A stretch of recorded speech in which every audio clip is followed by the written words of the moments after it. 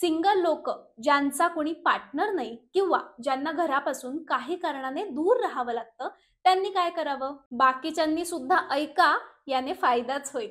इथे एक कन्फ्युजन मला आधी दूर करावंसं वाटतं.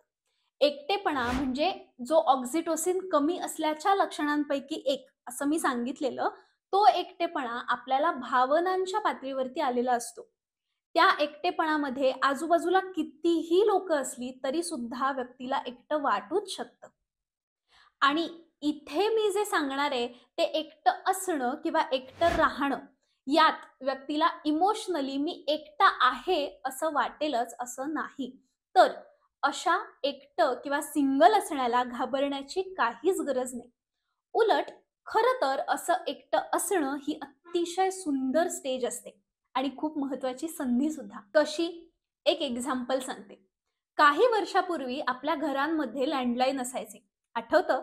समजा आपल्या लँडलाईनची केबल कुणी काढून ठेवलेली असेल आणि ते आपल्याला कळलंच नाही, तर आपल्यालाही कुणाचे कॉल येत नसत आणि ती पुन्हा जोडल्याशिवाय आपणही कुणाला कॉल लावू शकत नसायचो.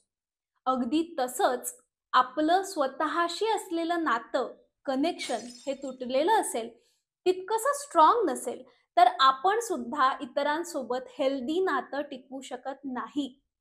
म्हणूनच हीच वेळ आहे जेव्हा तुम्ही स्वतःला छान वेळ देऊ शकता. स्वतःच्या तुटलेल्या तारा पुन्हा एकदा जोडू शकता. त्यासाठी काय करायचं? दोन्ही हात स्वतःभोवती लपेटून स्वतःला मिठी मारायची. आरशात स्वतःला प्रेमाने बघायचं.